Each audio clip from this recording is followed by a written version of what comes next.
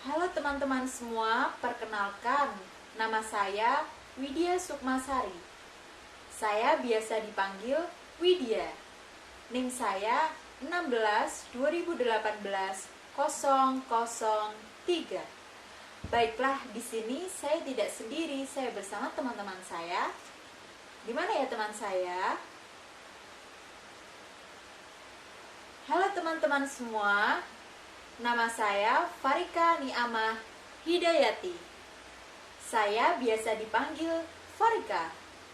NIM saya 16 2018 020.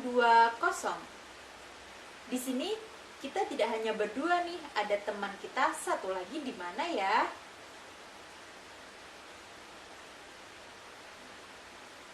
Halo teman-teman semua.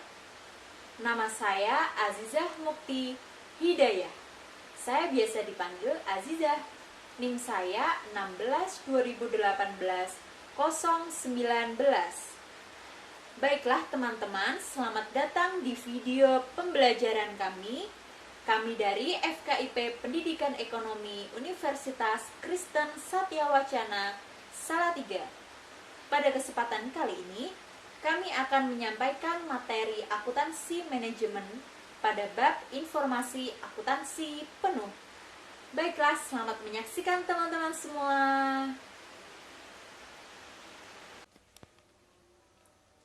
Teman-teman, ada yang tahu tidak apa pengertian dari sistem informasi akuntansi penuh?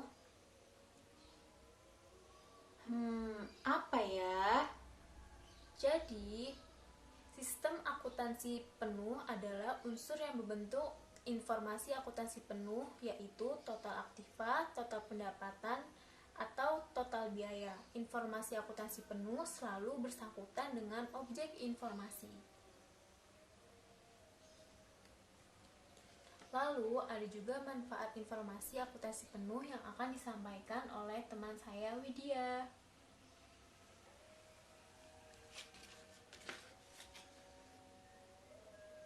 Jadi teman-teman, saya akan melanjutkan apa yang telah disampaikan teman saya. Jadi saya akan menyampaikan apa sih manfaat dari informasi akuntansi penuh. Jadi manfaat informasi akuntansi penuh itu yang pertama adalah untuk pelaporan keuangan, yang kedua untuk analisis kemampuan menghasilkan laba, yang ketiga untuk menjawab jawaban atas pertanyaan berapa biaya yang telah dikeluarkan untuk sesuatu, kemudian penentuan harga jual dalam cost type kontrak. Kemudian yang selanjutnya yaitu untuk penentuan harga jual normal. Selanjutnya penentuan harga jual yang akan diatur dengan peraturan pemerintah. Dan yang terakhir, manfaat informasi akuntansi penuh itu adalah untuk penyusunan program. Nah, teman-teman semua, jadi di dalam informasi akuntansi penuh ini terdapat dua perhitungan di dalamnya, yaitu ada perhitungan dengan metode full costing dan metode perhitungan dengan menggunakan variable costing. Mari kita ulas satu persatu. Jadi teman-teman, variable full costing itu adalah metode perhitungan yang mengelompokkan biaya menurut fungsi pokok perusahaan manufaktur, sehingga biaya dikelompokkan menjadi yang pertama, ada kelompok biaya produksi, yang kedua, ada kelompok biaya administrasi dan umum, yang ketiga, ada biaya kelompok pemasaran, dan selanjutnya kita akan ulas tentang metode perhitungan variable costing.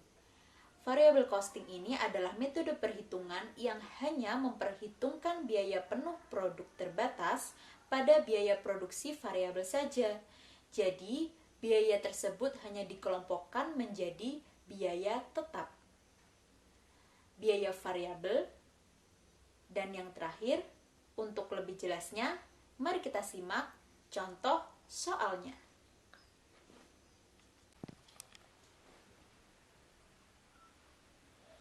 Nah, teman-teman semua, agar kita bisa menjawab pertanyaan yang terdapat di dalam soal, alangkah lebih baiknya kita mengetahui terlebih dahulu untuk rumus perhitungan mencari markup.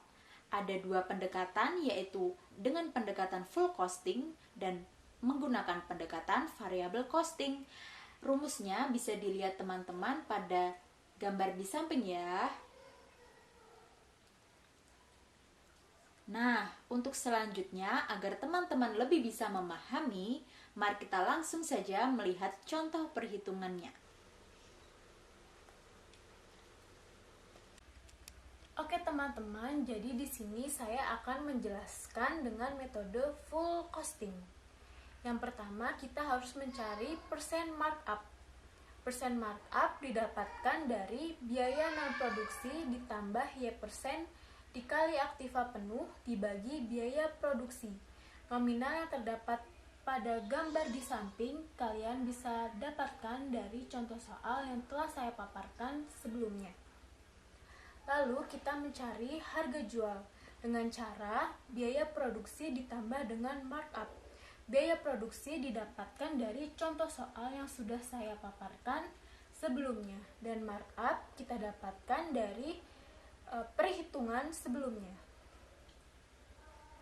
Kemudian pada kembalian investasi, penjualan dan biaya produksi didapatkan dari perhitungan yang telah kita hitung sebelumnya. Laba bruto dihasilkan dari penjualan ditambah dengan biaya produksi. Biaya non-produksi didapatkan dari contoh soal yang telah saya paparkan sebelumnya. Laba bersih didapatkan dari laba bruto dikurangin biaya non-produksi.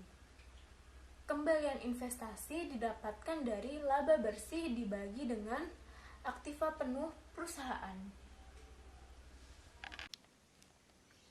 Oke teman-teman, di sini saya akan menjelaskan metode variable costing. Persen markup didapatkan dari biaya tetap ditambah Y% dikali aktiva penuh dibagi dengan biaya variabel. Nominal di sini kalian dapatkan dari soal yang sudah saya paparkan sebelumnya. Harga jual didapatkan dari biaya variabel ditambah dengan markup. Markup di sini adalah markup yang sudah kita cari pada perhitungan sebelumnya. Lalu pada kembalian investasi, penjualan dan biaya variabel didapatkan dari perhitungan sebelumnya. Laba bruto dihasilkan dari penjualan ditambah dengan biaya variabel. Biaya tetap didapatkan dari contoh soal yang sudah saya paparkan sebelumnya. Laba bersih didapatkan dari laba bruto dikurangi dengan biaya tetap. Kemudian kembalian investasi didapatkan dari laba bersih dibagi dengan total aktiva perusahaan. Kalian bisa lihat pada gambar seperti di samping ya teman-teman.